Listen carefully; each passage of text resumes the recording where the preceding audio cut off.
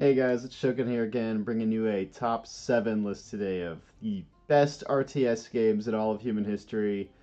Totally not just my completely subjective opinion built upon the life that I've lived and the games that I've played. Not anything like that. No, these are the top 7 best RTS games no matter what, for whatever reason I have subjectively decided. Uh, yeah, it's gonna be a good list. It's a top 7 because I couldn't stretch it out to top 10. I don't know every RTS game. I've not played every RTS game, but I do love the genre. And these are the ones that I've actually played enough to where I can feel confident talking about them. Anyways, let's get to the list. Yeah.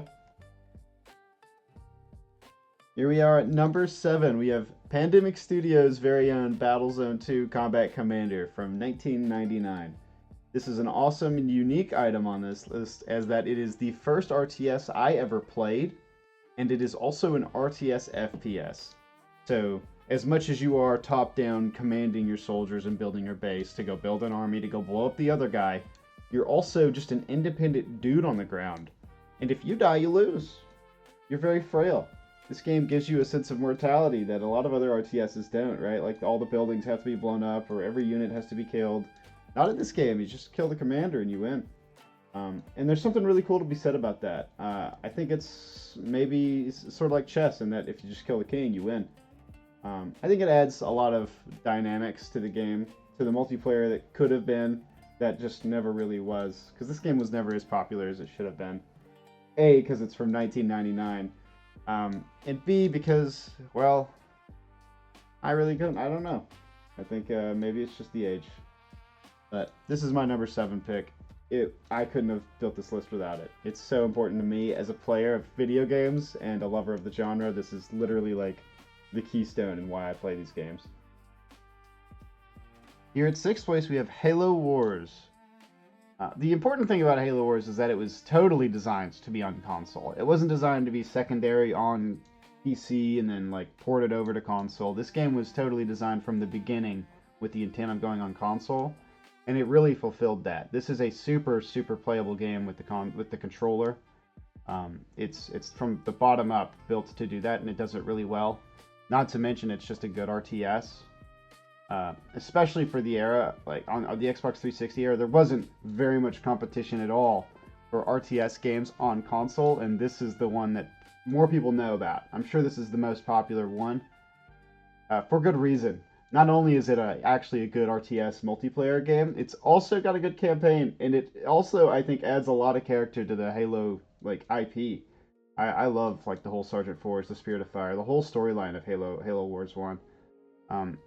Very important game, very fun. I've spent many hours playing this game and thinking, wow, I wish I had a PC so I could play other games like this. Here at 5th place, we have Planetary Annihilations. It's the RTS game where the map isn't the size of a country, it's the size of a solar system, because you can go to multiple moons, planets, and gas giants all in the same match, build a bomb on one, and then throw the other at another guy, and that's how you win the game. That's awesome. There's literally nothing cooler than that. There might be better RTS games, but there are no cooler concepts than that, actually. That is the coolest concept, and I think they executed it pretty well here. I really don't know why Planetary Annihilations isn't one of the biggest games in the world.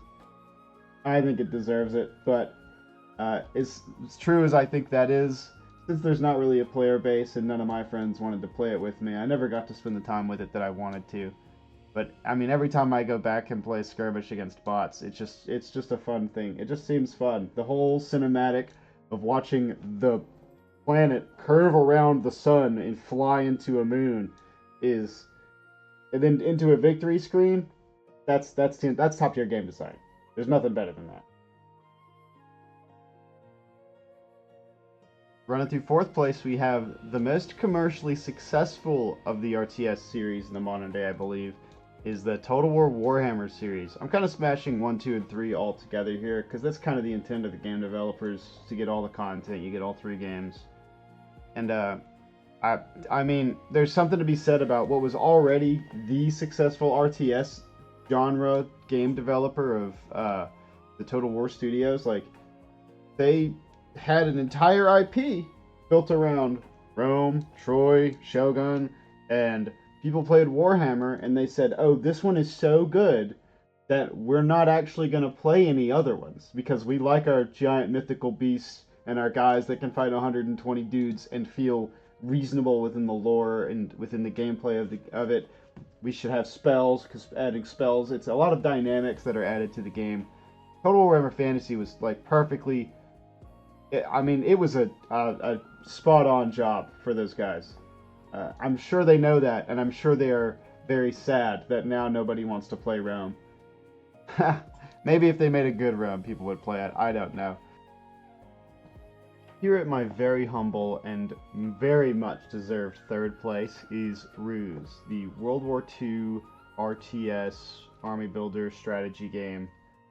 This was the best console RTS there ever was, and probably ever will be, and it died.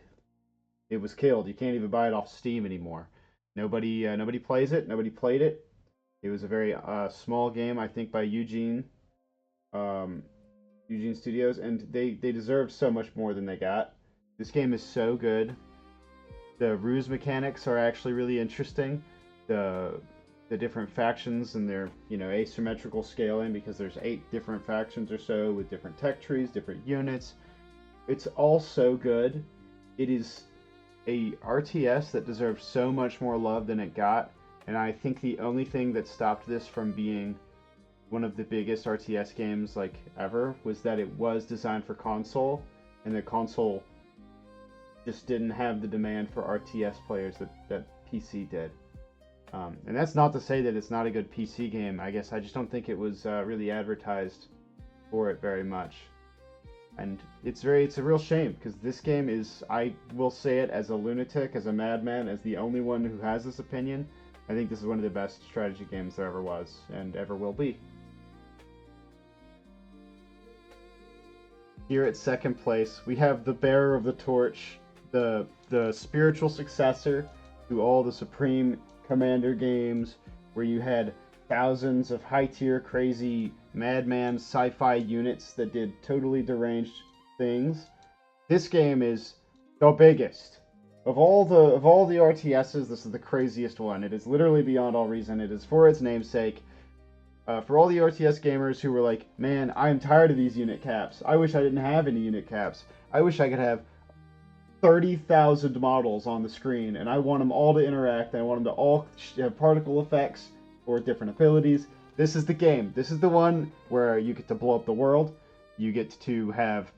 there's over like 100 units per the faction. It's crazy. It is actually a lunatically large game. And it's a very active game as of right now. People are playing this game. If there's an RTS that you're thinking, should I get into? Would it be worth spending the time into? Is it going to last a while? This is the game. This is the game that I think is going to last a very long time. And it's a passion project. There is no reason to complain about this game, other than that it's just not convenient to get on Steam. You have to go through their own website. But, you take the good with the bad, I guess. Go get Bar, play it now. It's awesome. I don't believe anyone ever had any doubt that StarCraft 2 was going to be the #1 on this list.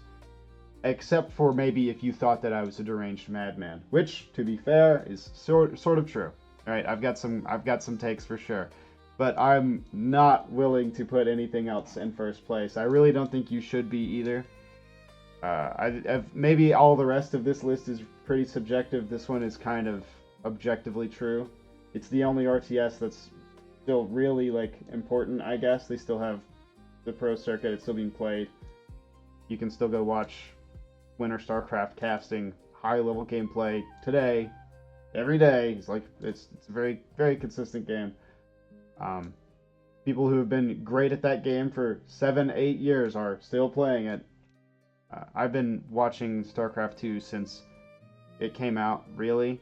I was watching Day 9 Shoutcast long ago. I used to watch Fun Day Monday. I watched Husky StarCraft back in the old days. And today I watch Winter StarCraft. I can't get away from the game. I love watching pros and high-level players play this. I didn't understand it for a very long time, and I never put in the hours that I should have into this game to get good at it. But I love watching it, and I don't think anybody can argue that this shouldn't be number one. It's pretty clear, I think. Well, there you have it, guys. That's my infallible top 7 RTS list. Uh, I'm sure you've got a different opinion. I really would like to hear it. I'd like you to tell me why you don't think Ruse deserves to be one of the best games of all time. I would like you to tell me if you've even known about Battlezone 2 Combat Commander before this list. I can't be the only one, right? I can't be the only one who knows this game.